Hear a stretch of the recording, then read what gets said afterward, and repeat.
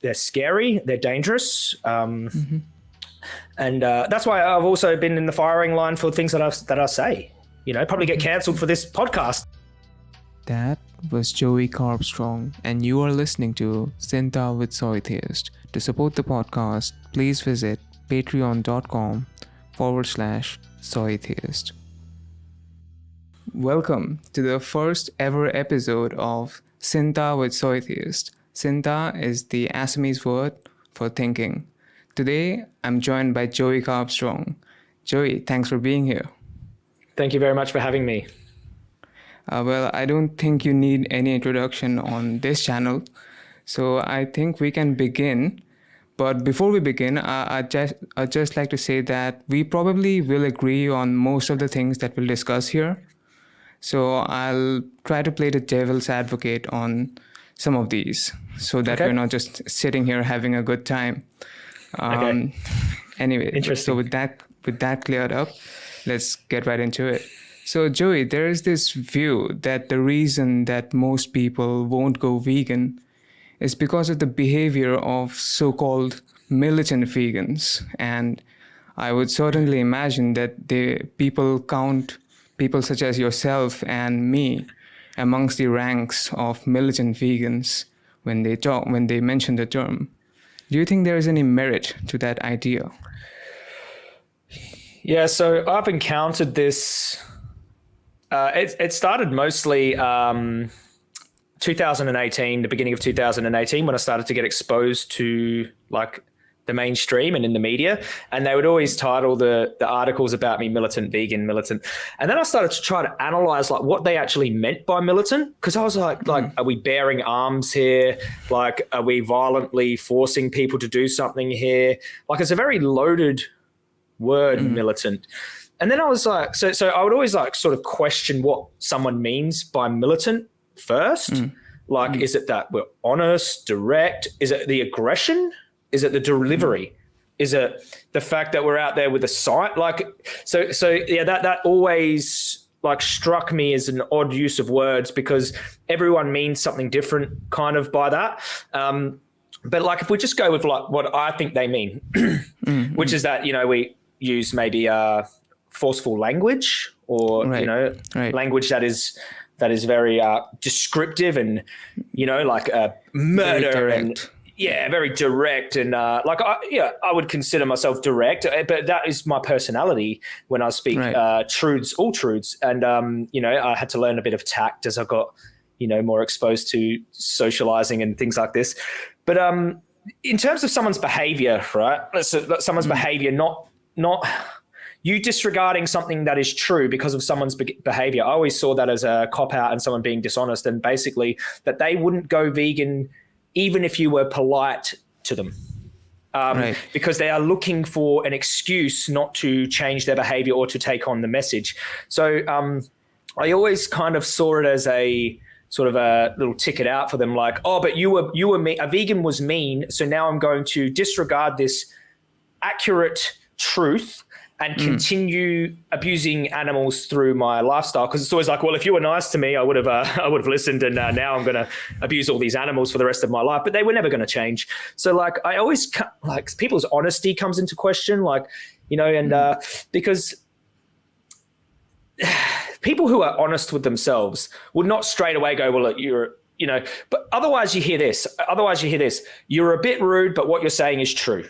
But it could have come across better. I would say that that's an honest analysis of like someone's behavior getting in the way of them trying to learn. The ones who are dishonest is like, no, because you're rude, not going to listen, So, It's interesting because they treat themselves like children. It's as if like we talk to children like that, right? Yeah. We say like, we talk to children like, listen, this is, maybe you shouldn't behave like, you shouldn't do this because, it's a little bad maybe. But with adults on any other issue, we just say, look, what you're doing is messed up, right? Yeah. You need to stop. You need to reconsider what you're doing here.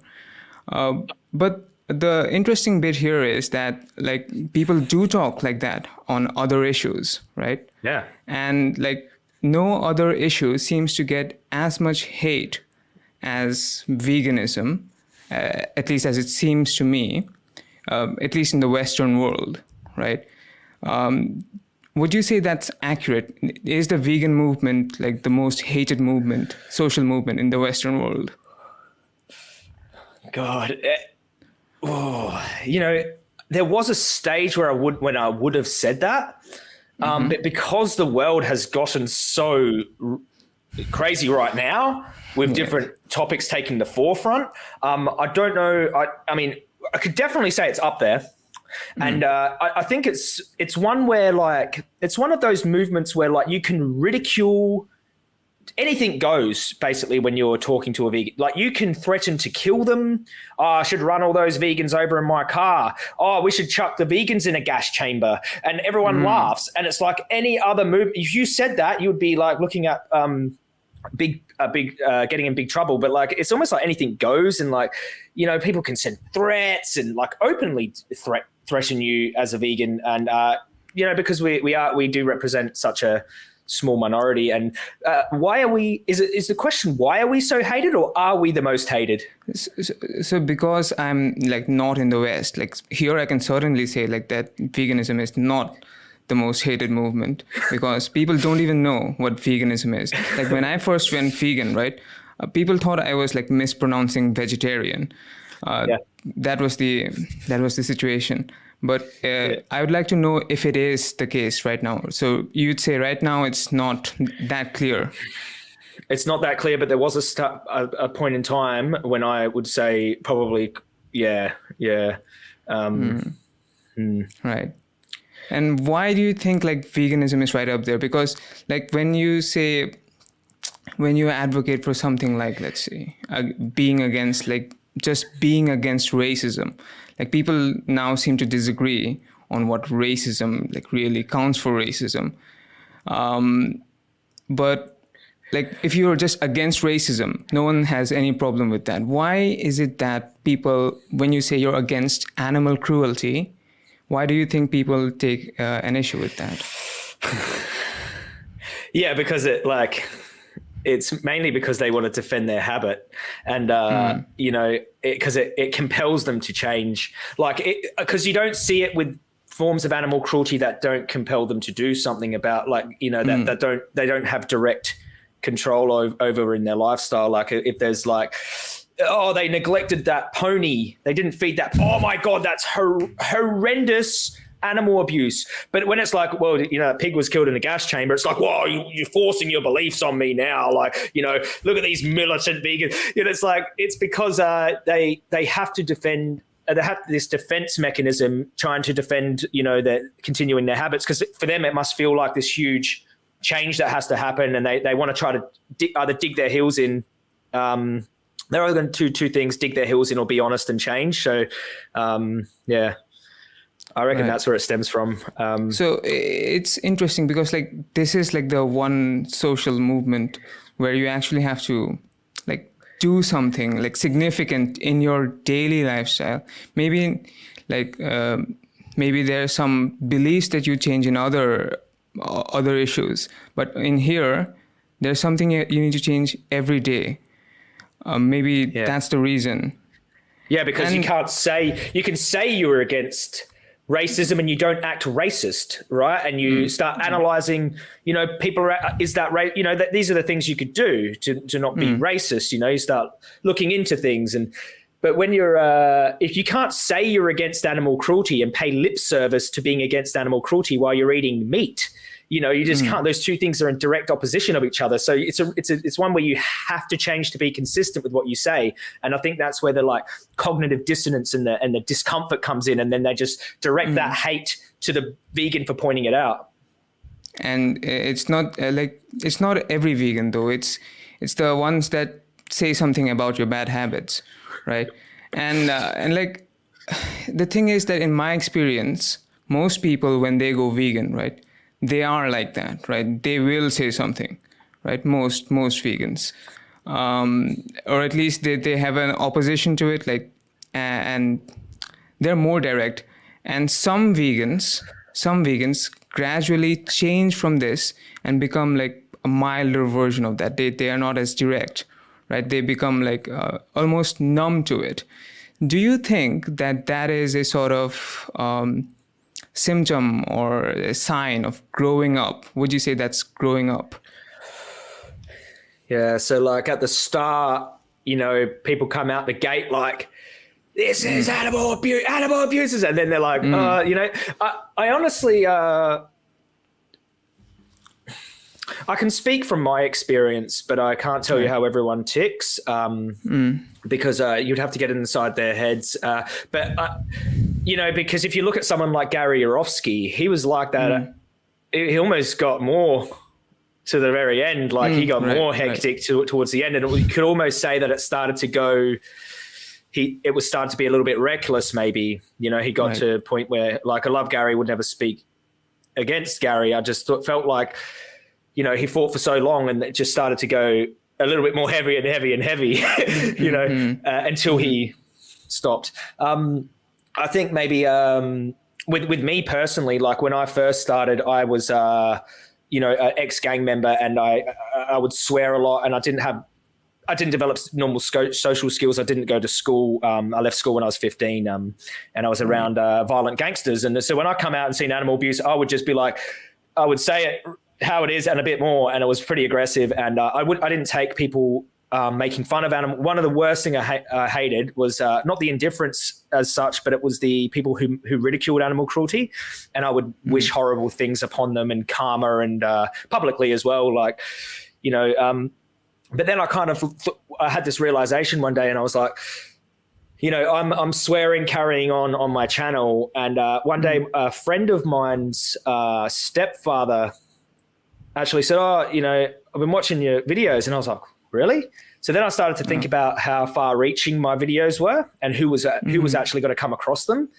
And then I started to think, would I want everyone to hear the message in this way? Like, should I think a little bit more broadly about who I'm trying to reach, So then I started to like sort of tone it down a little bit and make it a little bit more, more palatable, broader. Yeah, right. So I could, so I didn't want to. It's just achieving that balance of speaking the truth directly, and I don't want to dismiss what's going on to the animals and like use euphemisms and things like this. So it was achieving that balance of reaching the mainstream, and so that was my progression. And also, I realized that me getting. I can get angry, but it was about generating that anger. And if I let it sprawl out into aggression, and because I'm a public figure, if my conduct is out of place, if I have a bad day and then I don't review a video properly, I'm like, that's good enough, chuck it up. I will hear about it by my audience, and so it's kind of like this feedback loop that you get as a public activist that. You kind of go, oh, and then you start reflecting, go, oh, maybe that wasn't necessary. Maybe I didn't need to put all that aggression and tone into the delivery. Maybe I could have said the same thing, truth bombed it, and the audience watching wouldn't have gone and focused on my attitude, sort of thing. Right. So I guess it's a bit of trial and error. Thoughts, yeah. So how far do we go with that? Like, because we can. The way we talk, right? Like when we're explaining why it's wrong to put a pig in a gas chamber, we can either say like, would you put a human being in a gas chamber? And there's nothing wrong with that. Or we could say like, would you put a dog in a gas chamber, right? Or like we can do this, right? So how far do we need to tone it back? Well, I wouldn't tone it back too far, but I do think there's a balance. I think that there's a sensible balance that and I think that is subjective. I think it becomes a little bit blurred after, but I think there's a range. So I like to stay authentic and also true to the animals. So I do not deny that the animals, for example, I didn't deny on television that cows are raped. And that made headlines all over the UK that, I'm calling the logical, basically it follows that I'm calling farmers rapists. And I was like, well, what are they doing to the animal? So like, I would never deny these points. But just me coming out onto television, and I was sitting with two farmers and just going, "You two are rapists." I don't think would have, whether or not that is true. I just don't know if that would have. You need to give context. You need to explain to the public and to them even who. Could you just outright say that people just get? So I do think there's Right. Would you like to? But we could make that point, right? We could make that point without saying that, right? And but it's accurate. What's happening is accurate. But does it not trigger the sort of trauma of certain people to say that like whatever is happening to dairy cows is rape, right? That it's accurate, but could we do without it? And what's the argument for, like, we have to do a sort of cost benefit analysis here. And what's that cost benefit analysis that's going on here? You could, is your question something like you could call it what it is, but you might offend someone who's gone through something similar. So then they might, you might bring up some trauma for those individuals. Right. Like there's a difference between being offended and being like having your trauma sort of resurfaced, right? Yeah. So I don't much care about offending people, right? People can be offended for however much they like. But triggering someone's trauma and causing them suffering, right? Do you think that we should avoid that? Well, no, and I don't think we should avoid that because I suffered with PTSD trauma. So I mean, I know what trauma is like, but I do think that there's a more pressing issue, and that is to have the animals' stories told accurately. And from what I've found, genuine trauma victims, genuine ones, not people being offended on behalf of others, because they're the most vocal. It's usually the ones who are most vocal, like or they're doing the old, your behavior, I'm not going vegan. Oh, how dare you offend rape victims here? Look, they don't care. They're just trying to. So what I've experienced mostly are the people who are offended on behalf of others, and it's a very Western thing. I hope you don't mind me saying, like I'm offended on your behalf. That's a very Western thing. Like people here, I think it's not that no one gets offended. Like I certainly wouldn't say that, but like, to be offended on someone else's behalf, I think it's like a symptom of having like too much free time, maybe. That's true. Yeah. Carry on. But in answering to your question, of course I care about people's suffering and their trauma. I'm not heartless. If someone come to me and told me, that something bad had happened to them, of course I'd be listening to them, and I'd feel for them. But I also feel for the animals who are being raped by the million every year as well. And I think, like, from my experience, like, so I've looked through thousands of comments. And when I bring up this issue about should I call it what it is, out come the survivors of rape. And they say, well, this, yes, it brings stuff up for me, but I want you to speak about this because I know how it feels to be in that position. And they have more empathy for the animals than your average person because they know what it's like to have these horrible things happen to them. So to have a similar experience. Yeah, to have a similar experience. And like the thing is, like, I always make this argument. I'm like, like if you were going to make a story about some human a rape victim, say they were a child, and would you call it rape or would you just use a euphemism so that you didn't bring up the trauma of other rape victims? But I never really see other rape victims say like, oh no, you shouldn't have used this word to explain what happened to another human being because it's bringing up my trauma. It's usually because we're using this word to describe what happens to the non-human animals, and they have this.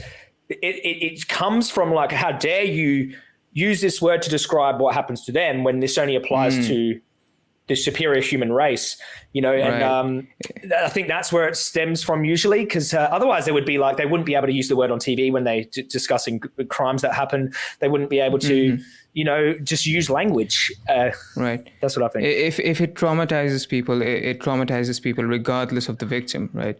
Yeah. And I think another interesting point there that I realized while you were speaking is that not all victims will have the same opinion, right? There will be disagreement amongst them, right? Yes.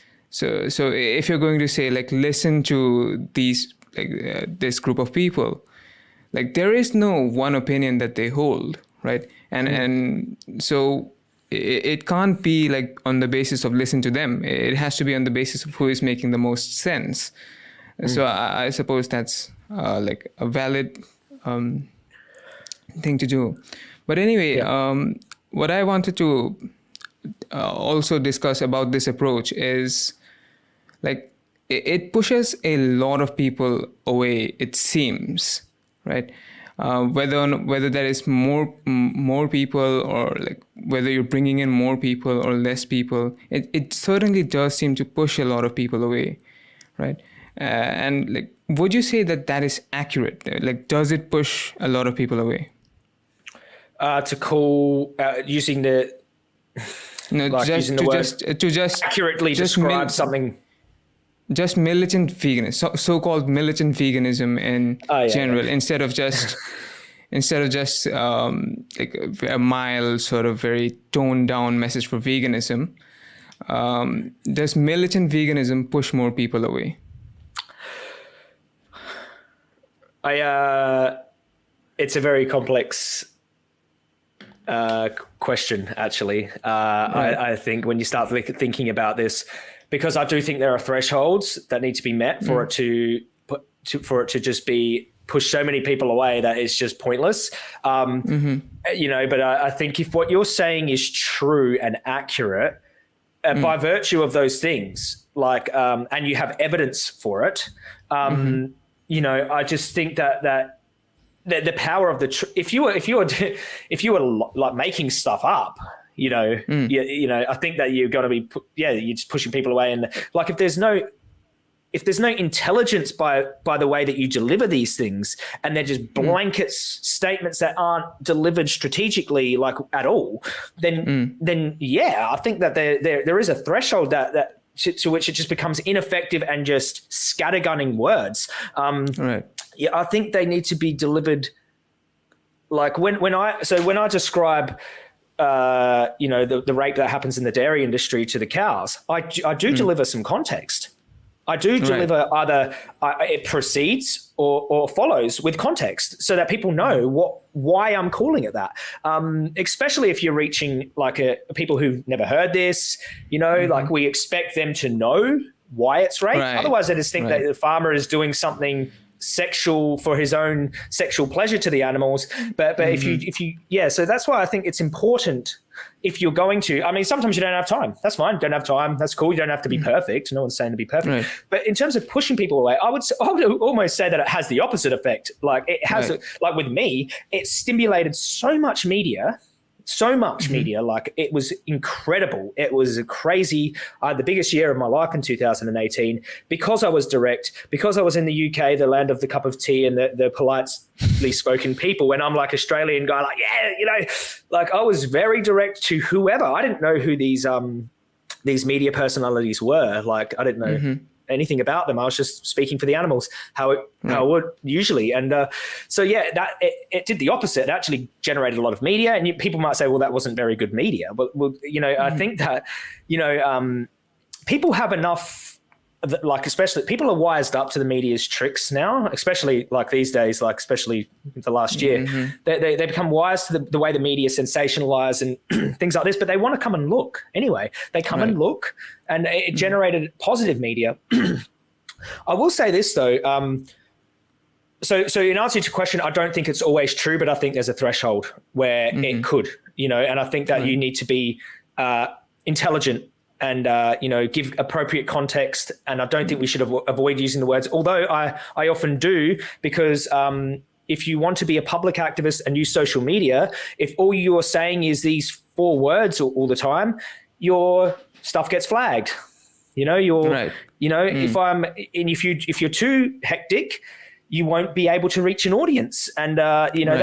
that's it's a shame that's the way it is, but it's like that for everyone. It's not just like that for animal rights people. It's like that for anyone who discusses controversial topics. I mean, but I do think there's a really good way of like helping someone come to that conclusion themselves as well, which is super good. And you can even use the word afterwards when they're curious and they're thinking, what am I looking for? And then you can,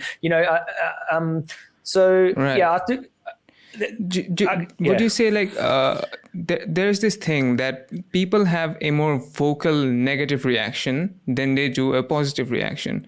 So for example, if you bought something or like if you bought anything right online and the product is amazing, it works just as intended, you don't leave a review. No, right?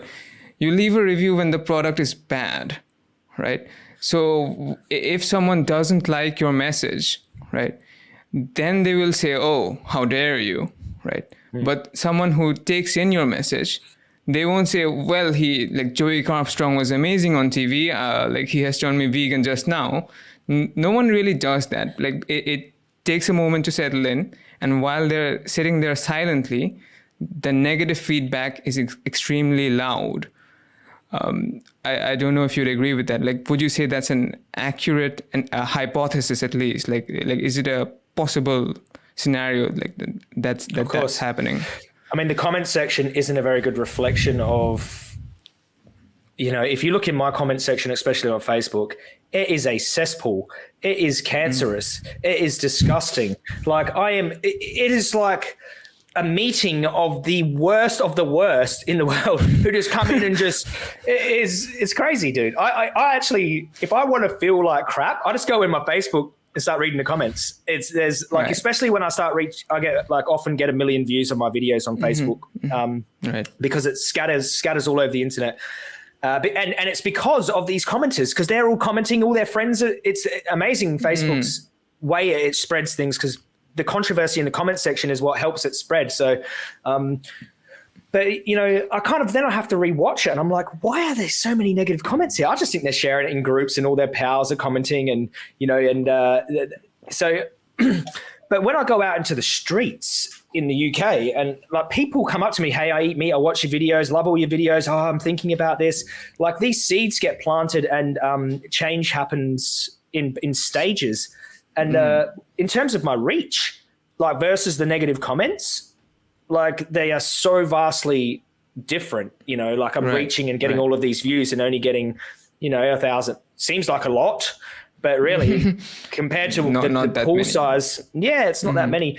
And this is how you're going to have to create change, unless you are so everyone has different varying degrees of skill set. Some people can articulate like masters, and they can they can just tease out all the words that they need in the moment. Other people like me, I wasn't formally educated. I have learned to present my arguments better as time has gone on, but I can reach a certain demographic that others can't reach. So I think that you can try to be as tactful as you can, but I think the truth is so much more important than over articulating, hoping everything lands correctly, because otherwise you can corner yourself. I think you have to stay true and honest to the message. And the more that you repeat that message, this is how that message sinks in. And there's science to support this. There's like the sleeper effect. There's like it's like the concept of planting seeds, and letting them and people who have an emotional response from that seed be planted. Let's just say it pisses them off at the start.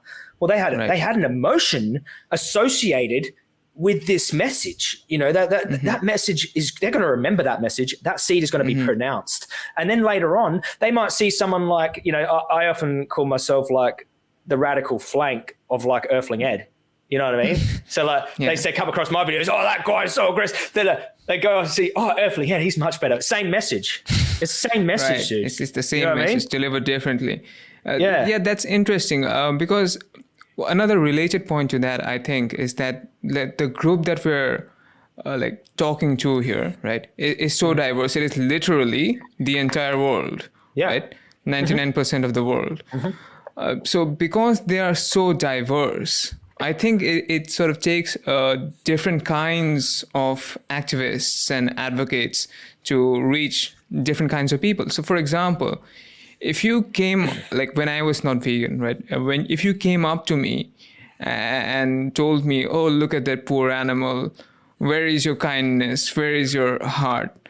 I wouldn't have listened, right? But someone comes up to me and tells me, like, listen, dude, like, what's your reason for this? I say this. No, that's this kind of fallacy. That's another kind of fallacy. That works on me, but it will definitely not work on someone else. Right? So I think, as you pointed out, like some people react better to Earthling Ed. Others will react better to you. Some people, I hope, will react better to me. And I think that's important. And do you think that, like, because we're trying to make people go vegan, right? And one of the ways to, I think, accelerate that process is to not just have more vegans, but to have more vegan advocates, right?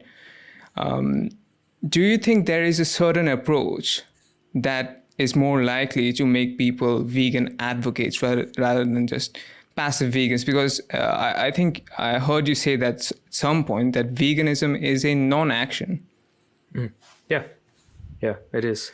That's an incredibly good question. And I have always believed that my style of advocacy is more likely to turn you into an animal rights activist. And because I'm very clear about what I'm talking about, and I always have been. My message is the same, and it's always been the same. You might see me go up through peaks and valleys in terms of my presentation or delivery, but my message has always been the same, that this is a justice movement for animals, and this is a mass atrocity. You have a moral obligation to stop it, minimum, and then you should be speaking out against it because of how vast this atrocity is. And I've when I did my 2018 tour, the tour was based on essentially doing activism workshops. So I thought was that there was enough vegans, we need to get them active, and I do think that there are certain. Like people have like, there's like levels. You're a plant-based dieter in your mind, and you say I'm a vegan. I'm more of a, there's certain vegans. I remember spending a bit of time like explaining to a large proportion of the movement what a vegan actually is, because of people coming through the movement through all these different avenues. And I'm like, health and environment have nothing to do with the philosophy against the cruelty and exploitation of animals. Nothing. You can take those both away and you still have veganism. I had to like... Right. So if you could just pause on that point for a little, could you explain why? Why is it that health and the environment have nothing to do with the philosophy of veganism? Well, of course, they intersect at a certain point, and it's good that because essentially, like, it's easy to explain. Like, you can eat a plant-based diet for your health, and still, I could have a puppy mill in my basement where I breed puppies and sell their body parts and skin for jackets. I could have a puppy slaughterhouse in my backyard, and I could be doing all of these things to these puppies and eat a plant-based diet. Am I a vegan? I could have a horse racing track where I exploit these horses and kill them and send them to the knackery and mince them up for mince meat. Am I a vegan if I eat a plant-based diet? And you could do all of these things for the environment, which is it's mainly based on the plant-based diet being good for the environment. But you can be engaging in other forms of animal exploitation and cruelty on the side that have nothing to do with diet. It's just that the diet happens to be where most of the violence and cruelty and killing is happening. But it's sort of at its core, veganism is a philosophy that you adhere to. It's not it's not necessarily the diet. The diet is the extension of that philosophy, and the things that you do are an extension of this philosophy. And that's where people get they sort of get a bit confused. They should stick to the principle, and everything emanates from that principle that you do, and Yeah. Before we get back to to what you were talking about, I do want to talk about the point, also stress a little bit on the point about environmental veganism, because some people make the case that the environment has very much to do with this philosophy of veganism, which is that by reducing your environmental impact, right, you are reducing your impact on animals. Yeah. Because the primary victims of the climate catastrophe are going to be non-human animals. It is not going to be humans. So with that in mind, do you think that the environmental aspect has to do with veganism on the same level? Or I mean, there was another thing with the Seaspiracy and all the plastic in the ocean strangling the animals in the ocean. And I said, this is where animal rights and the environment intersect, and, so there are parts of the environmental argument and veganism that do intersect because of the environmental knock-on effect of the environmental damage that it causes to animals.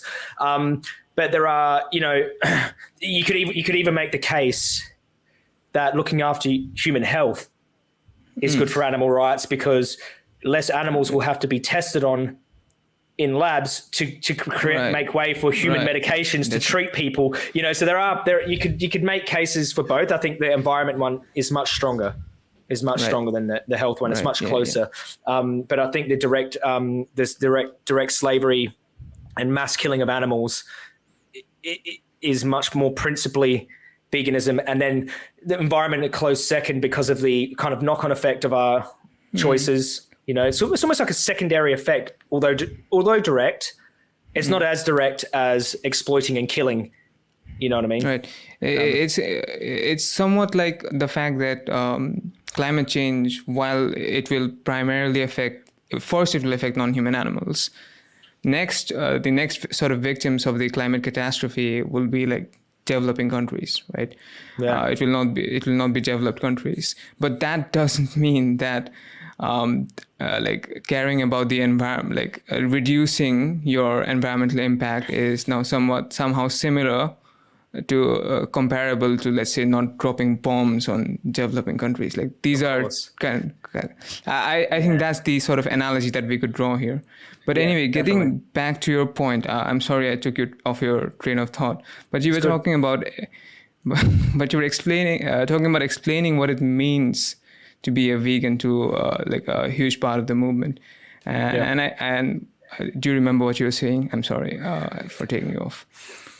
It was just basically, we're talking about different levels of vegans that people use the label, and then they, which to be honest with you, like, it frustrated me a lot at one stage. But when we're trying to create change and we want to cast the widest vegan kind of net, we need to get people into these diluted areas of the movement and then bring them in, and I do think it's more of a strategy than because I could be like, well, that's not what a vegan is. Like, why are you doing this apologetic cupcake version of advocacy to reach a mainstream? Like, I used to be like really upset by it, but now because looking at pragmatically, like something like Veganuary, it's like, I consider it one of the most ingenious vegan campaigns that's ever existed, and the tentacles of it just stretch so far now through fast food chains, supermarkets, through the media. They're all talking about it, eating vegan stuff on TV. It's so important practically to have this on the top end supply chain and getting people interested. Like, what's that? You don't want to hit him with the Gary Yourofsky animal Holocaust straight away. Scaring people out of their chairs. I do now. I just see it as part of an evolution of people coming to the vegan principle. So they learn about health, and then they find my channel and they're like, wow, now I'm an animal rights activist, and they get in through. I actually originally got into plant-based lifestyle through a guy who does raw fruits and vegetable juices. Like he was talking about karma, and then I got into the karma mindset, and then I've become an animal rights activist. So Yes. I hope this hasn't got too far off track because I kind of lost the point, but it kind of flowed nicely in. So Yeah, that's interesting because another point about about Veganuary and all these kinds of campaigns and about not hitting people too directly. Do you think that we should spend more energy into being more likable? Because unlike other issues, we are not doing this to win debates, right? Not, I wouldn't say other issues. Like there are certain things that you just debate to just win a debate, right? I think, for example, that like which is the best football team, right? You debate that to win the debate. But here, right, you can win the debate, right? You can sort of destroy someone in a debate and they won't go vegan. They're going back home and eating the same things. So do you think it's worth sort of spending more energy into being more likable? That's a very interesting question, and your questions have been very interesting. I like them, but I think that if you start to like unpack them, people like authenticity. Do you know what I mean? I believe people like authenticity, you know, and I don't like someone being fake towards me. I can sense it. Like if someone comes up to me, hi, and they're just trying to sell me something and they're like, oh, you know, look, how's your day? They don't care how my day is. You want to sell me a roller shutter. You want to sell me a door handle.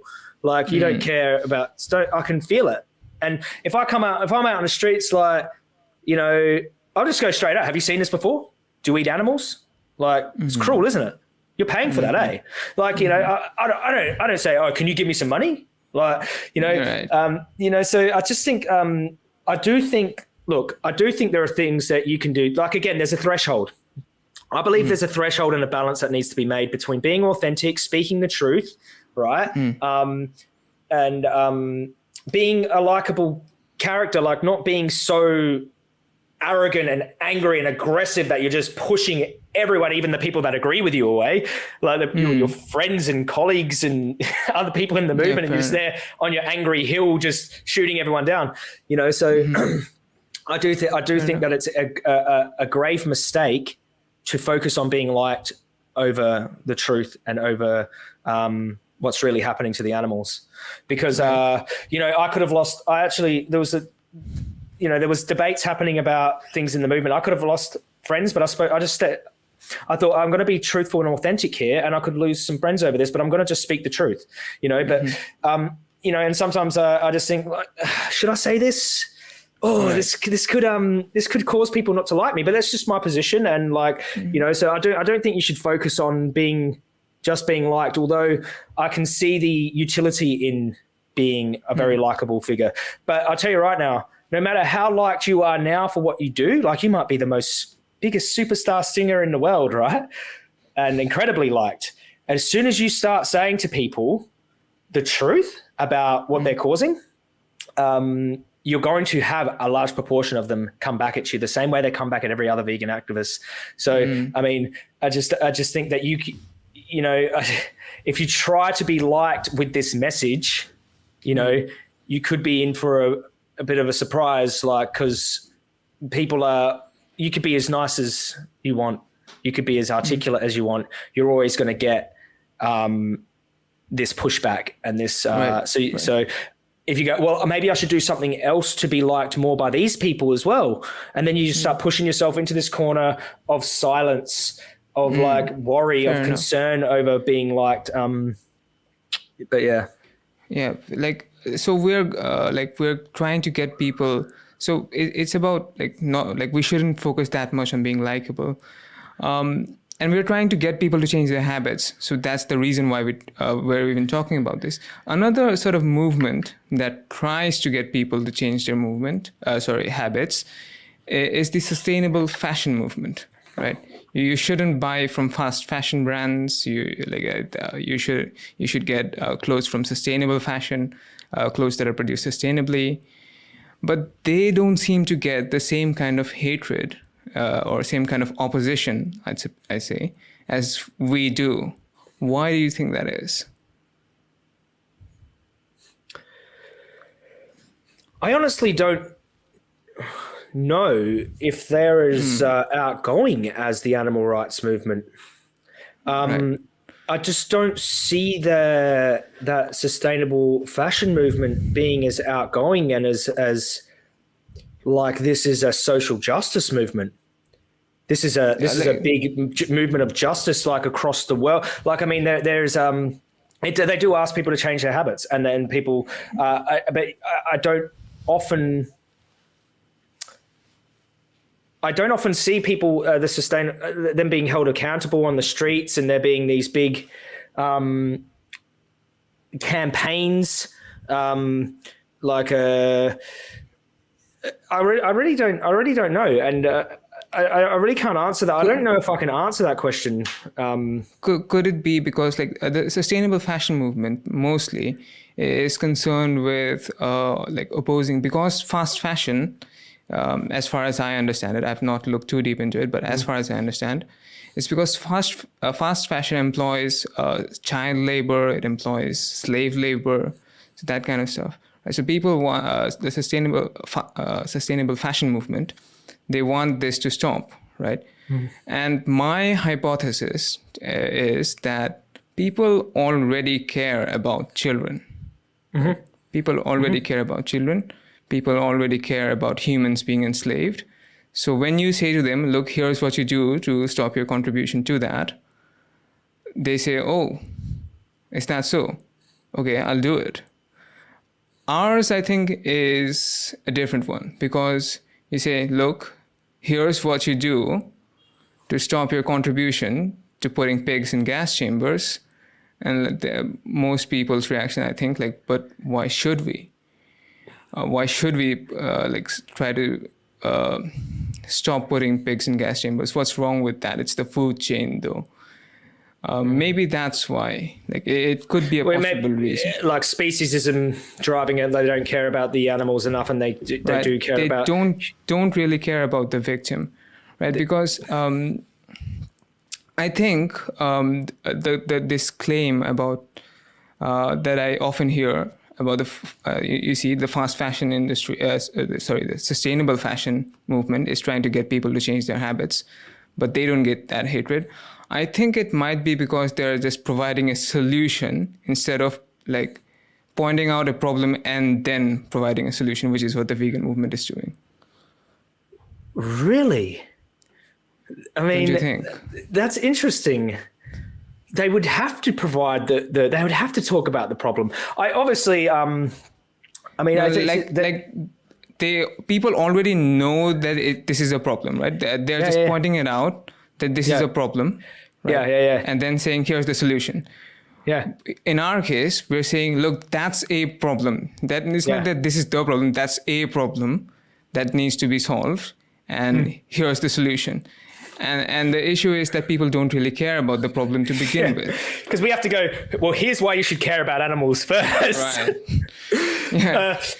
Excuse me, you should care about pigs because, and then off the back of that, this is why this is bad. And then also, can you please change what you eat 3 times a day and what you wear and use and this and that, and or change your philosophy in your mind that you have been brought up from when you were a child to believe that these animals are food animals and these animals are for loving, these ones are for killing. And, so you're changing this whole, they're already brought up like humans matter and you shouldn't enslave children and treat humans like crap. So yeah, I mean, you're coming off of the back of them already caring for one being. And then in our case, we're trying to get them to care for animals that they discriminated against for their entire lives, and the whole culture does. So yeah, it's a harder battle, I guess. Right. It's a much harder battle.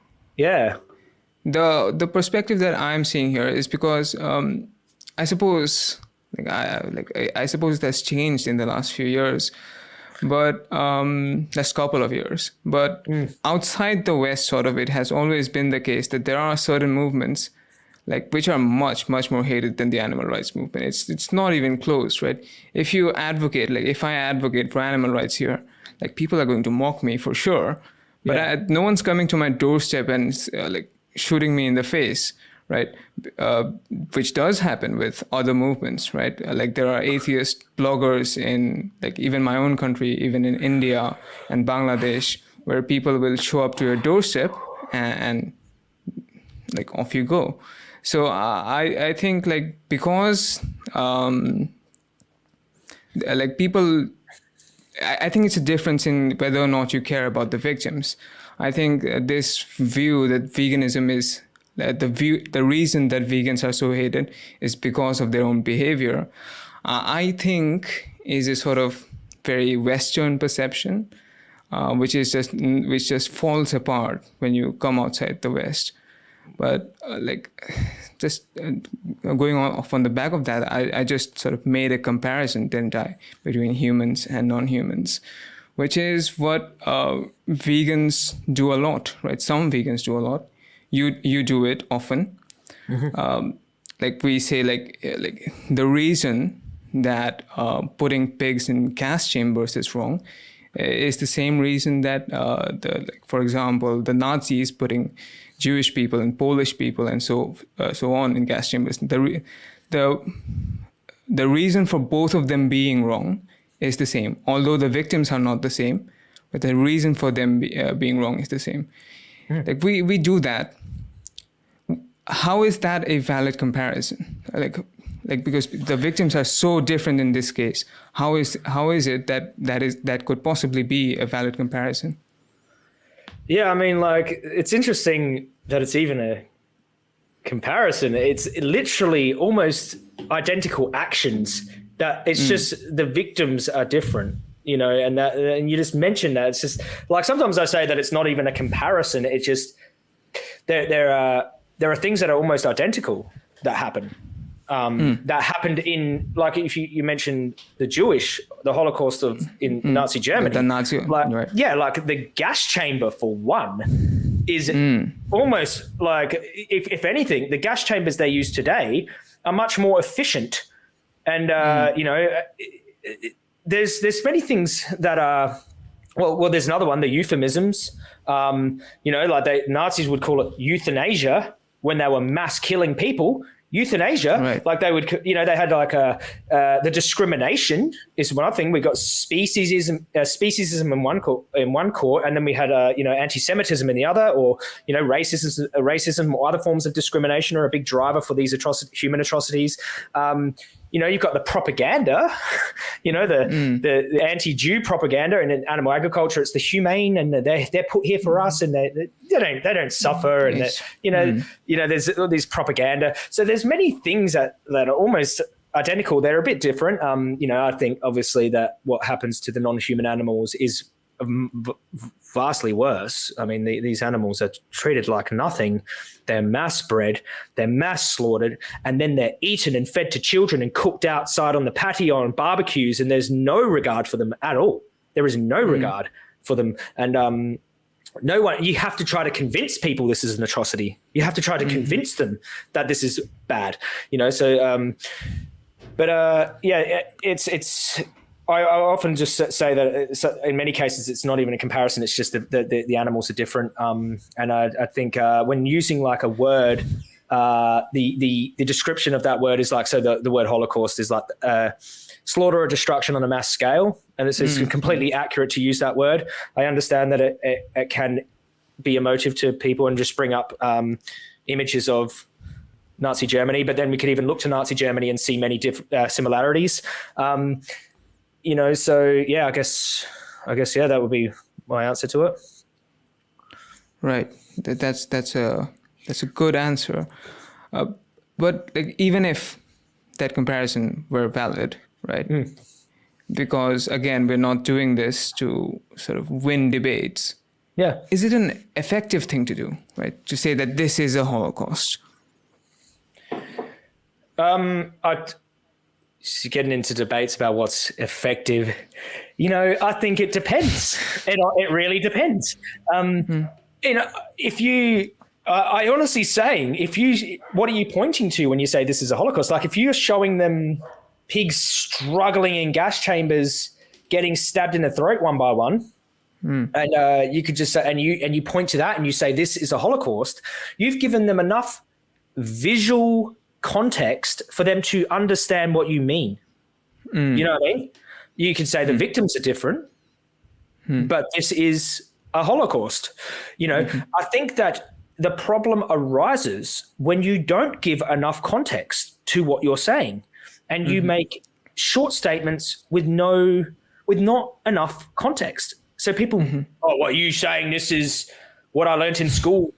You know, that everyone, when they hear that word, that's all they learned about that is it happened once in 1944 in Germany. You know, so I mean, yeah, that's interesting because to me that's a little bit different. But anyway, before we get to that, I do want to get into that. But like on the point of providing context, you said just a moment ago that what happens to animals is much worse, right? Yeah. I've often said that the entirety of what we're doing to animals is much exponentially worse because of the number of victims involved. Yes. Right. So that is something I'm fairly confident in. But I'm not sure if I understand you. Are you saying is that the claim you're making, or are you saying that the individual experience of animals is much worse than the individual experience of each of those people? No. I mean, I don't think we can make that claim because of course, and I'm not. When I'm saying that it's worse in many ways, in numbers is, you know, like if you're going to calculate, it's not comparable. Yeah, it's no comparison. More animals are killed in about 4 weeks or something than the amount of humans that have ever existed. So in a year, you could start. It's just that when you talk about human individual experience, you're talking about the vastly different level of conceptual thought and depth of cognitive, just thinking about everything from all different angles in the future and past and families being, I just think it's a little bit deeper on an individual basis for a human being. I'm not saying all human beings. There's definitely, the argument from marginal cases would say you can get human beings from that have a similar experience to a chicken in their mind because of the way that they were born, unfortunately. So, but I just think when you talk about your average human being versus your average pig, then you're going to talk about a deeper experience for the human being. And I don't think that's speciesist to say that. I think it would be speciesist to say that if they were both, they were different species of a similar level of cognitive ability, and then it would be. But yeah, I'm not talking about on an individual basis. I'm talking basically, and basically the fact there's things that are worse in the fact that the way that they were looked at and viewed at, animals viewed at much worse. I mean, obviously they were treated as animals, but not exactly the same as animals, if you know what I mean. Yeah, before we move on further, I just want to push back on this notion a little bit that humans, because they're capable of much more cognition, suffer more, because I'm at the moment I'm speaking from my own experience. In that last year around June, I started a meditation practice, and it has sort of made me realize certain things about my mind. The thing that I've realized is that I can mitigate a lot of pain, right? And so can a lot of people. Even people who don't do meditation, they can mitigate a lot of pain by thinking about how this will get better, right? We're in pain right now. We think, oh, this will get over soon. Non-human animals are non-rational creatures mostly, right? And when they feel pain, they don't ever know what's going to happen, right? So it could be, right, that non-human animals suffer more. And there's another point to take there, and that because we're rational creatures, right? What is the biological purpose of pain? It is to say don't do that again, right? If you touch something that's hot, your body gives you a response. Don't do that again. And because you have a certain level of intelligence, you don't need you can understand that from a sort of mild level of pain. But for non-human animals, they don't quite get it, right? So they need a far more harsh level of pain to understand the same thing.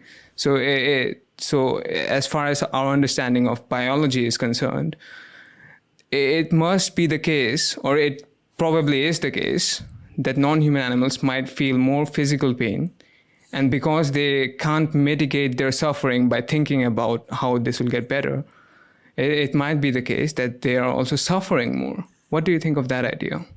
I've thought about this, and I used to say exactly this, that because they can't rationalize what's happening to them, that they might have be suffering more. But then I actually, so I do get in two minds about it, but when you talk about, it's really difficult to have this philosophical discussion about on an individual basis who suffers more.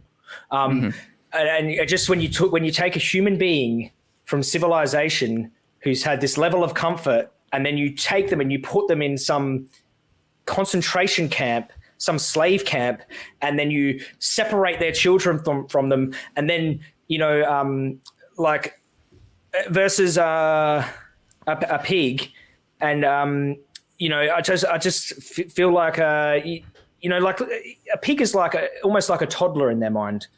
You know what I mean? Like they don't understand all of these complex issues say adult human does. So they could. Would a pig emotionally suffer more, or just physically suffer more? And is emotional suffering a deeper form of suffering than physical pain? I really, I don't know. It's difficult to compare. It's also interesting. Like people do say this, and it's like that pigs are like toddlers, right? Adult pigs are like toddlers. But the thing is, right? I don't quite remember where I read this, that you can get birds, right? Birds and pigs that will solve problems that, like, if you give them water, right? That's like it's deep into a puddle or something like that. A bird knows, right, to put in stones to get the water. Like a toddler doesn't know that. So when we sort of say these things that, pigs are like toddlers, maybe it's maybe a speciesist way of judging their intelligence, because we're judging them according to our metrics. Yeah. What? Yeah. Yeah. Because there are chickens, right? Because I was doing back in the days, we're doing a bit of stuff on animal intelligence, and like a baby chick. Understands when you've covered something up like this, they know that that's actually still there. But a baby of the same age, or up until 6 months, will think that thing has disappeared. You know what I mean? So they possess different types of intelligence at a younger, greater forms of intelligence at a younger age than some human infants do. But it is kind of like, just different types of intelligence, like in the ocean, like with the fish. There's great, like they beat the primates in the colored plate experiment, and then they beat the scientists. I think it was a 4-year-old child at the colored plate experiment, learning to eat off one colored plate first, and then they would get both plates. So the fish, excelled more than the primates and the toddler in that experiment. And would you say the fish are more intelligent than those two other beings? Well, in that experiment they were, and in others they might not fare too well. So I get what you're saying. I get what you're saying, and it's a more complex. It's I guess to try to explain this to someone, on the street, when you could just say, well, they're about that intelligence. There's differences. There are things that are the same, but they kind of even out. Maybe if we judge them by our metrics, they are the same level of intelligence. Now it's interesting. We really went off on a tangent there. We were discussing, we were discussing the comparisons that we make. So we've already discussed trauma. One last thing I would like to discuss before we wrap this up and hopefully get to some Q&A is that you mentioned that when you mention Holocaust, right, most people just think of like what happened in Europe during World War II. It's very different for me, and I'll get to that soon. But also when you say slavery, I think most people in the West think slavery of black people, right? The transatlantic slave trade. That's what most people think. But that's not what I think. I think of the slavery that went on here, right? And it's very interesting how similar it is, like the use of euphemisms, right? Because like the slavery that went on here was never called slavery. Even today, you can get books that will have it mentioned that it was forced recruitment. What on earth is forced recruitment? Forced recruitment is slavery, right? And that's the kind of use of euphemisms that the animal agriculture industry will also use, even with the Holocaust, right? Although the methods of killing were like definitely not the same, like under sort of the British colonial rule, right? There were people in India where basically the supplies were taken away from here, resulting, some historians estimate like between 30 to 35 million. Others estimate much lower numbers, from 15 to 30 million. So these are, again, very interesting. I mention them because I think that's exactly what animal agriculture is doing, right? In their use of euphemisms, how they will not say they're killing diseased animals, they will say they're culling them, right? And so forth. So I think that was worth mentioning because by doing this, right, most people have no idea that slavery went on in India. And I think if we don't make these comparisons, if we don't say like it how it really is, I think there is a very big chance that we might not learn the lesson that needs to be learned here from, like, even if we did reach a vegan world. I think it's important to take the lesson out of this. What do you think? Because we're doing the same thing across the board and calling it different things, and people are getting confused, but it's the same thing with different different beings, different races, different species, and that's why oppression is kind of a mindset. You know, it's like it's this oppressive mindset, like you are less, you work for us without pay, or you deserve to be murdered and eaten. We're just going to call it processing. Like there's a move in animal agriculture to stop calling it slaughtering and call it processing. They're going to they're trying to outlaw the word from their, you know, that's crazy. You don't want to use slaughtering. And I think the word slaughtering has even been dumbed down a little bit. Like it's even been like kind of desensitized to that word now, you know, and, but yeah, I honestly do think that there are, and your case, when you brought this up actually, a while back, I think it was the end of 2020. Beginning of 2021 it was. Yeah. When you brought this up, this was a very important point because there was a big debate about this, and we're kind of bringing up old, you know, raising it back up again. So hopefully it doesn't kick off again, but that's fine. That's fine. I think, but I think you made some really important points that there have been other Holocausts, and you know, and what really, really got me angry is that if there was another similar thing that happened to another group of human beings for some stupid surface level trivial reason like race or whatever, sex or gender or something like this, and there's some mass atrocity happened, and they were like, well, this is very similar to this Holocaust that we had back then. Let's call this a Holocaust. No one would have a problem with it if you called if it was human beings in this situation and you said Holocaust, they wouldn't go, oh my God, I'm so offended. Don't you know this brings up generational trauma from, don't you know that this is a, you know, that's what pissed me off, because it wasn't that we were using this word. It was who were we using the word on behalf of that they felt so, you know, because we're not doing this for ourselves. Yeah. And it was so, like, it was so obvious to me that, and I felt that a lot of the pushback was from people who I felt it was rooted in speciesism myself. I thought it was. I felt there were two courts here. There was one court, it's not effective. The other court was, it's not a Holocaust, or you can't say that because it's offensive. And those courts pissed me off a lot. This court here, if they were genuine, we can have that discussion. When is it effective? Is it effective? This is cool. Let's do this. Let's do this. Don't dare tell me that it's not one. Don't dare tell me, and don't tell me that it's offensive just because, because if it was another human, it's only offensive because you think so little of those animals.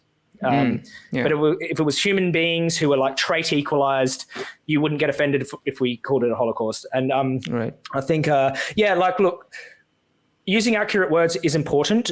Culling, I think culling is a bad word myself, even though the industry use it. The word cull to me sounds bad. I mean, that might be because I'm a vegan and because I know what culling is. And when I think of culling, I think of, necks being snapped. Or you could, you know, but I don't think we should lose these words to describe what happens. I think that they don't always have to be used by law to be a good activist. I just don't think they should be excluded. And if other people use them, then I wouldn't tell them not to, because they are accurate. And we need people from all different angles here approaching this. Yeah. It's like, you don't step on my toes, I don't step on yours. Yeah. And I think that's like a good place to end the general discussion. If you have some time, I have some Q&A. Like, should we go through them? Of course. Let's go. I'm happy to. Yeah. Okay. So these are some questions from my patrons who were really excited to know that you were coming on the podcast. Oh, wow. That's good. Yeah. So the first question is, like, for someone who never wants to be in the spotlight and can't do street activism because they don't have the social energy for it, what's the one skill that they should start developing right now that will be like crucial in supporting the sort of movement, maybe from the flanks? God, that is... You got all these hard questions, but they're good. So what's the one skill? You want one? Okay, let's go. They basically don't want to be in the spotlight. There's a lot of people like this, and that's totally fine. But you can be utilized, and you can utilize yourself in this skill. I personally, what would I? Okay, let me just look at it from my perspective, because there's probably a lot of answers to this. I personally think it's social media. If you can master social media and the art of viral, somehow Trojan horsing, is that speciesist? Trojan horsing? Trojan horsing the vegan message in some viral way, or understanding this complex algorithm, because I have been on social media for years and it rattles my brain how to do this. But all I know is that you either, to reach the mainstream, you either get in the media, on TV, or utilize social media. There's not that many other ways. Billboards are okay, but social media is paramount, because it's our media, you know, and you have to navigate the area of censorship and things like this. But if you can develop that skill, whether it's short clips on, let's just say you make a viral TikTok account, and you're very careful about how you go about it, then you can reach millions of people from a viral TikTok account. So that would be my advice. One advice. Okay. So the next question is about. It's interesting because the point at which we're discussing this recently, I believe it was KFC that came out with their vegan burger. Yeah. Right. And like, what is your opinion on that? On buying these vegan products from primarily non-vegan brands? So, like, is that I'm telling you, it's amazing. When KFC did that, that's, you know how big that is. Do you know how big that is? Like, back in the so. When I went vegan in 2013, I got online in 2015. You told me that McDonald's and KFC and that would have a vegan burger back then. It was a dream. It was a dream. You know why it's a dream? Because they have and obviously, do I support KFC's practices? Absolutely not. Like, I'm in factory farms all the time, witnessing what they do to animals. But, you know, I'm driving around. Like last night, I was out at a farm, you know? Investigating. And then I was driving back, and all I seen was big billboards, McDonald's McPlant. McPlant is the vegan burger at McDonald's in the UK right now, Veganuary. And you go into the petrol station and it's Veganuary. You go into KFC and there's the Imposter Burger. It's just everywhere. Like, they have so much money for advertising. They've got so much reach. They can basically, if I'm a new vegan, right, doing Veganuary, and I'm like, one of the biggest problems is that it's not convenient for me to adhere to this moral principle. So I'm going to have to fall off the wagon and eat a bit of meat here. And then all of a sudden they throw the moral principle out the window, because they just, at that crucial stage, they find it too hard, or they're a bit, they flip flop. And, you know, so I just think that the practicality of having these massive chains, having vegan options is huge. And you can change these corporations from within. Like Burger King now in the UK, I think they committed to a 50% plant-based menu by the end of 2025. 50%. Okay, What the? Where'd that come from? That's huge. Yeah. Like I'm pretty sure that's what I've seen. So they brought in the vegan nuggets, and then they made this commitment, and it was for, I think it was for the environment or climate or something like this. But imagine if I said, yeah, boycott them, let's protest, boycott Burger King. No way, man, no way. Like, so yeah, my opinion is that, and is it unethical? No, it's not unethical. Like people who say this are usually, it's usually a certain type of person who says don't buy this vegan product from these corporate. I mean, I don't want to stereotype here, but it's usually like from a certain group of people that say this. And I've been criticized heavily. People call me a KFC. I don't know, like they think I'm sponsored by them or something. I'm not sponsored by any food brand, not even VFC. I'm not sponsored by VFC. Like I do this, I deliberately don't do paid promotions. I do promotions of things that I believe in. But it's usually a certain type of people that say don't do it. But then they go like, so then I'll like start analyzing that person. I'm like, so where do you get your shopping from, man? Like, God, it must be hard not only supporting vegan businesses. Yeah. So and I've actually called people out, other vegan activists out, because I'm like, well, you ate Linda McCartney's, and Linda McCartney's is a vegetarian company. So you got their vegan product, and so you're telling other people to do something that you don't even do, you can't do, and you understand that it's impractical and almost impossible, you know? So yeah, it's like where did you get your rice from? Because like people buy their rice from shopping malls, I imagine, a lot of people. Those shopping malls are certainly not vegan. So I currently I'm seeing this rile up a lot. So I'm currently forming my own opinion. So that was really interesting. Thank you. I'll have to think about this more. Let's do it. Let's do a little bit more, because we can have another 5 minutes on it. But like, they know exactly what they sell. They know exactly. There's granularity when they do their books. Oh, we sold this many imposter burgers at KFC. We need to contact Quorn, because Quorn is the company that make the patties, and we need to get more. You're supporting Quorn basically. And what else is it made out of? Bread? Lettuce? You're supporting the bread and lettuce. They're not slaughtering animals to replace that stuff. And the same with the McDonald's. It's Beyond Meat. Do you buy Beyond Meat at the shops? You're just buying it off this other seller. And the argument is some of that money goes to help generate funds to slaughter more. Like, you can't make that claim. Like, what it does is it incentivizes them to keep the product on, and they replace more of that product from wherever they source that from. And then people will go and buy an Uber, and then in that Uber, that person in the Uber will take the money, and Uber takes the money. This isn't a vegan company. They all go out and buy meat with that money. It's just like there's so many levels to that, trying to like, they just think of food. But if you look at all the other utilities they participate in, they're not vegan, and the people that run these places aren't vegan. And I just don't think there's any ethical issue, and I don't think it works out on the financial end either, because like they know exactly what they're selling and what they should keep on. So I just think it's positive all round, and it feels counterintuitive. But I mean, yeah, I've been pretty outspoken about it myself. I just think it's stupid and it's counterproductive to. If you don't want to go into McDonald's, I don't force any vegan to go into McDonald's, right? You should do what you want, but don't tell other people that it's bad for some reason. You know what I mean? Right. So that's my position. So yeah. Okay, that's interesting. Okay, the next question is, if you could, right, if you had the capacity, would you legally ban the consumption of animals? I wouldn't just ban it. I would make it a crime.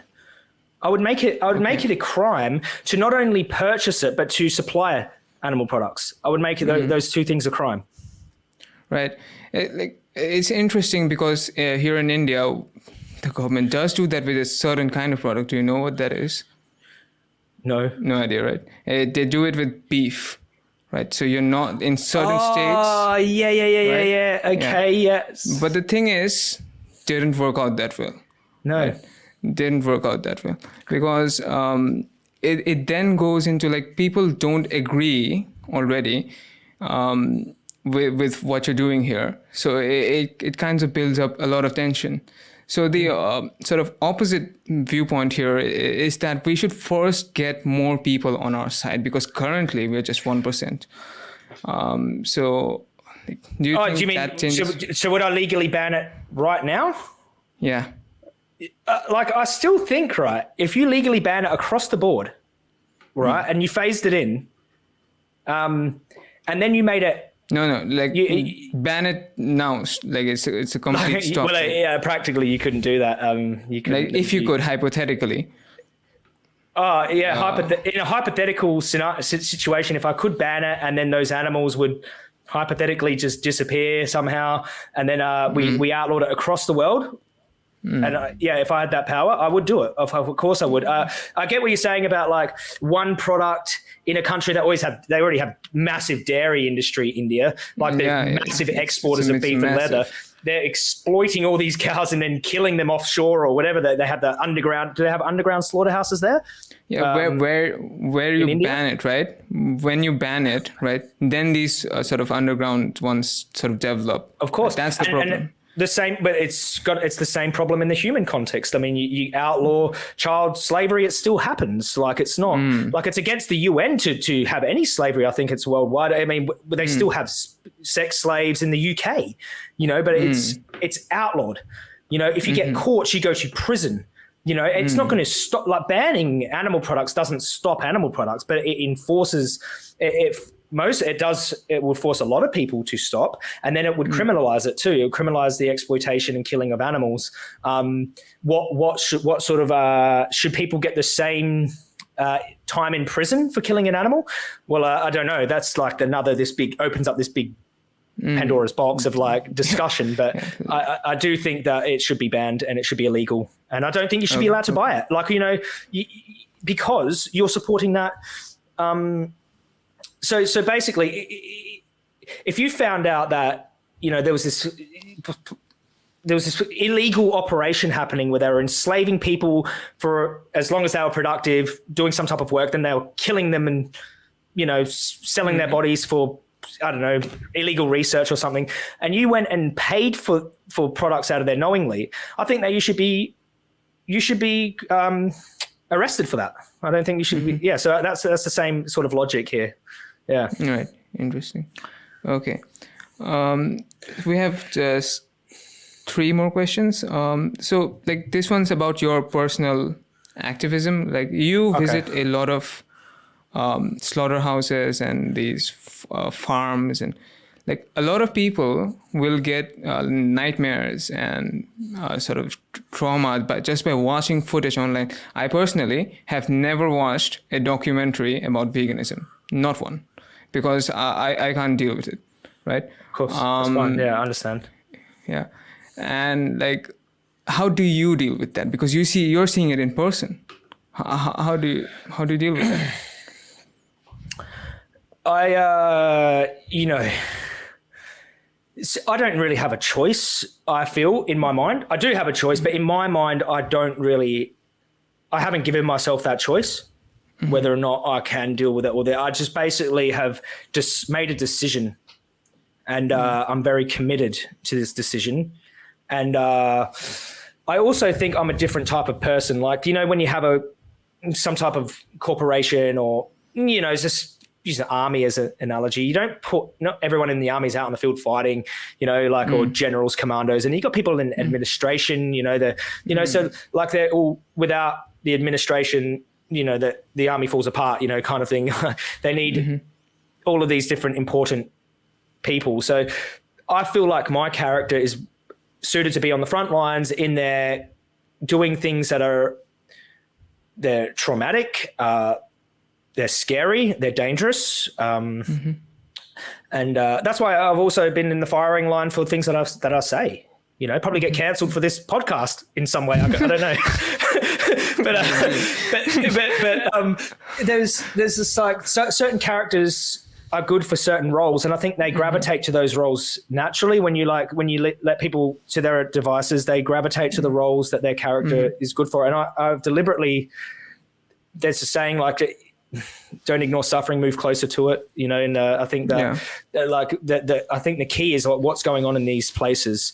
And I honestly think, like, people say there's so much investigation footage, but like, we need new stuff. We need free range exposure. We need this. We need that. We need all this new stuff needs to keep coming out. Coming out for, and I actually, the worst thing that I've ever felt, right? Because I've seen suffering animals and have to leave them there, like leave the suffering birds on the ground, and you know, then you have to walk out, and you just can't take them out. Rescues have to be planned. You can't just take a bunch of birds. You have to have a home for them. You have to think about all these things. So it's really difficult. You're in this position where you can't just rescue every animal you see, especially if you're doing a dozen farms. You'll have 2 truckloads of animals and like $200,000 worth of vet bills. It's just not practical. So like, you have to leave animals, and that's sad because the next day you feel bad, or could I have done more? These things go through your mind. But when I was in the slaughterhouse in Bali and I was watching halal slaughter, it was just passing off as halal. They weren't praying or anything. They were just basically decapitating animals and calling it halal.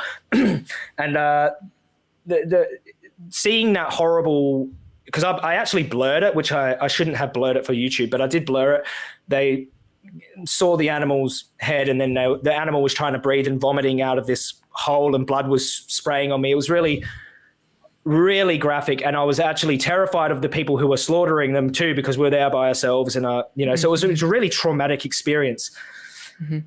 After that, I had to recover and like, you know, but I brought this important video out after. But the one that really stuck with me was in Austria. As a pig slaughterhouse, and it was my birthday, and it just happened to fall on my birthday, and a colleague in the movement, she got us access to the slaughterhouse. So basically we were bearing witness to these pigs in this holding pen, and the video is up on my Light Up the World playlist. You can see there's 2 parts. First, I'm bearing witness to the animals, and then the next part is it's called Vegan Literally Enters the Kill Floor of a Slaughterhouse. And and it's basically what you would think of as sort of the highest welfare slaughterhouse. You know, it's not a gas chamber. They're stunning them. They were being stunned quite quickly. So, you know, there wasn't much struggling. They were just being electrocuted, and then they were out. They were being raised by their trotter, and they were moving a little bit. But what really got to me was not when they were being dunked in the scalding tank and rolled to get their hair removed, and not when they were being gutted, you know, down to their tongue and their tongue pulled out and all their entrails pulled out. It was when they dropped a drop saw down the pig, from the anus down the spine through the pig's head. And I was looking inside of this pig's head, and I was just thinking, I was just with those pigs in that holding pen, like just they were nuzzling me, and I was like, look how beautiful these animals are. I'm so sorry. And I was like, and then I'm looking inside of this pig's skull, and it left like this traumatic, I could almost feel it in like a traumatic scar in my mind. It was really, I felt the trauma happen right there and then. I was like, oh my God, that really rocked me. That there was one of the worst feelings for me subjectively that I've felt while witnessing this type of stuff. And the way I dealt with it was I didn't really have time, to be honest. I just kept doing activism. The next day I had a debate live on the LBC radio with Nick Ferrari. And I was incredibly aggressive during, like even for my standards, I was just like, I was not having it. 1 second of what he was saying, I didn't care. I just wanted to let him have it publicly. And because after he was talking, oh, it's just a pig. And I was like, it's just a pig, hey? So yeah, I mean, I guess like some meditation, maybe a break before I had that discussion with him. But, you know, yeah, I will say this though, because I kind of went off on a tangent into the things that I've seen. I thought maybe people might, we are getting later on to the podcast, but I want to say the main way that I cope is through action. So seeing all those things, witnessing all those things and taking action, or even knowing if you don't if you haven't visually seen those things, knowing that they happen and taking action. Without action, I would feel helpless and it would eat me up. So I take action and create impact, and that's what helps me. I don't think there's much else that would. Yeah, fair enough. That was intense. Should we say? Okay. Like, do you think we as okay? Here's the next question. We as vegans, we really focus on sort of these like food, right? We focus on food. But do you think we should focus on like other things, things like horse riding or aquariums or zoos, all that kind of stuff, in order to gain public support? Do you think that's a good strategy? So just as a strategy to gain public support, I just a lot of not the public focus, I suppose, but let's pay more attention to those issues. Like, I think those issues need to be spoken about, and if people take it upon themselves to speak about these issues, I think that's great. I just focus on most of the problem, and I've always maintained that mantra, like focus on most of the problem. And number one would be meat, because if you think about meat, it's the fishing industry, it's chickens, the number one exploited and killed land animal on earth. So fishing and chicken, those two things, and pigs and cows and dairy and eggs, and that's where all the suffering, dairy and eggs suffering, prolonged suffering, egg industry, prolonged suffering. It's incredibly egregious. The zoos are prisons. Factory farms are prisons where they torture the animals and then kill them. Zoos are bad. Factory farms are horrible. They're a crime. It's an incredible crime against these creatures. So like, and they make up such a minority of things. And it doesn't mean they shouldn't be spoken about. Animal testing is another one. Vivisection is another one. Fur industry. These are all important issues for those animals who are being subjugated and abused, imprisoned and exploited and used for entertainment. And I maintain that we should focus on like what's causing the most suffering. The most suffering and killing and death, exploitation and animal rights violations. And that's like fishing, chicken, pigs, pork, these industries, eggs and dairy. Like these are like, now I do think that you can still garner a lot of public support like this way. Right. We have, it's a massive movement, mostly focused on food animals that has grown exponentially since I entered the movement 2013, and 2015 was more online, and it's grown exponentially since then, just doing the tactic that we have been doing. And people accuse me often of not caring about animals in testing labs, or not caring about animals in the fur industry or something like this, or whatever ridiculous thing. It's like, well, I have chosen sort of my field here. And if anyone asks me about these other issues, I will speak on them, and I have no problem speaking on them I do tend to here and there, but mostly I'm focusing on this big chunk of it. And I think it's worked well for me. And if we got people just to stop eating animals, them, that would be huge. Now, if we got them to stop eating the dairy and the eggs as well, another big step, huge. Just those things, eating animals and dairy and eggs. That would be gargantuan amounts of suffering stopped and killing stopped. Then the other ones would just naturally fall apart. Right, I think.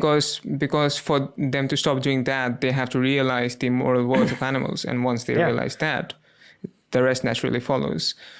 You get someone to care about a chicken. Get someone to care about a chicken. Get someone to care about a fish. Like dominoes, the rest fall. You know what I mean? Mm-hmm. Yeah, that's a good point.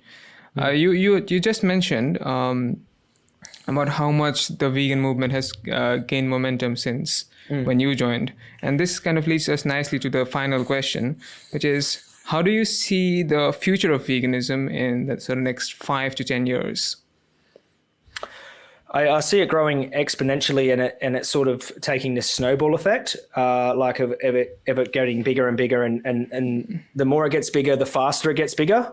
That's what I see happening with it, because it's kind of like once you open up the floodgates, it can't be stopped now, because it's based in truth, and it's pulling at the pulling out this idea that they had as a child that animals matter morally. And then when you start bringing in the facts and statistics, and then there's all these other movements attaching on the climate, and, there's a big, strong health movement. And then there's all these, now we've got the corporations taking this seriously, Subway and KFC and McDonald's and Burger King. And, then we've got, lab-grown meat's been talked about a lot, and fermented meat, milk and things like growing in bioreactors and things like this. Like, just logically, not even with any compassion or from an animal rights perspective, logically, using animals for food is ridiculously stupid. It's resource intensive when it doesn't have to be, destroying the environment. So these things here, like just taking the animal rights part out of it, those things there are pretty strong as it is. You know what I mean? Like, I just think and I think they're going to work that out. Like McDonald's is going to work out, like, hey, like, we're feeding all this soy to the chickens to get some chicken nuggets. Why don't we just make the chicken nuggets out of soy? Like, when they work that one out, God, like, it might take another 5 years, but when they do, they'll be like, oh, wow, we can make it taste exactly the same. Exactly the same. There's no difference. Protein probably higher in soy, and we can grow a lot less soy, and we don't have to worry about bird flu, salmonella, this and that. Working with all these chicken farms, and I just think it's going to get bigger, faster. The more it gets bigger, the faster it will get bigger, and just we might hit a few big roadblocks. I believe there will be big pushback. Then we'll have to break through that. Then there'll be big pushback, because they're going to fight so hard, and they're going to come up with new, interesting justifications, it's already happening. It's already happening, right? Because first it was like when I first started, it was like lions though, and circle of life though, but now it's like it's anti-indigenous. Wow. Oh God. So it's starting, and it kind of reminds me of this nice quote. I think it was from Arthur Schopenhauer, which says that every truth must pass through 3 stages. First, it is ridiculed. Second, it is violently opposed, and third, it is accepted as being self-evidently true.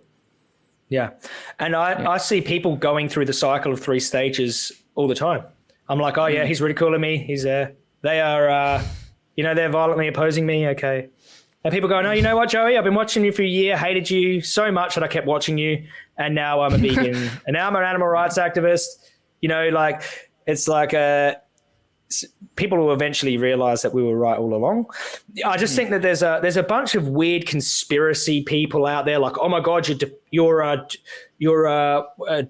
deteriorating, and you'll kill more animals if you eat plants, and veganism destroy the earth, and it's a psyop, and there's heaps of weird, quirky conspiracy theories and just bizarre arguments, but I think bizarre claims. The truth does need to be defended, but it does stand on its own merits as well. Like, I think no matter how humane you try to make animal agriculture, like taking out these mutilations, the gassing and suffering, and you use different gas, or you try to kill them without them knowing, and taking all these parts, it's still, the idea of a humane Holocaust is so distasteful and some weird Twilight Zone horror movie that I just don't think that's gonna be where we lay and stop. We're gonna be like, well, because the welfare movement wants to take away all these aspects of animal agriculture, like these, that people talk so much about, the suffering, and that's why I don't actually have the rhetoric of reducing suffering, although it's important and it is part of my my moral sort of compass sort of thing. It's a big part of it, and it's like the imperative part of it. You don't want them suffering, because that's like a very immediate thing, but you can reduce suffering all you like and still have a Holocaust. The exploitation goes on. The exploitation, and just robbing their experience, generating their experience and robbing their experience, and generating their experience and robbing their experience, and eating their bodies. I mean, it sounds like a horror movie to me. Yeah. hopefully this will come to an end as you predict. And I think that's a good place to end. And so, Joey, thanks for being on the podcast. Thank you so much. I appreciate it. And your first podcast guest, and it's a real honor. So thank you. Yeah, thank you. Okay, so to all my viewers, kindly note that this podcast is supported by your support on Patreon. To support the podcast, please visit patreon.com/Soytheist. And I'll see you in the next one.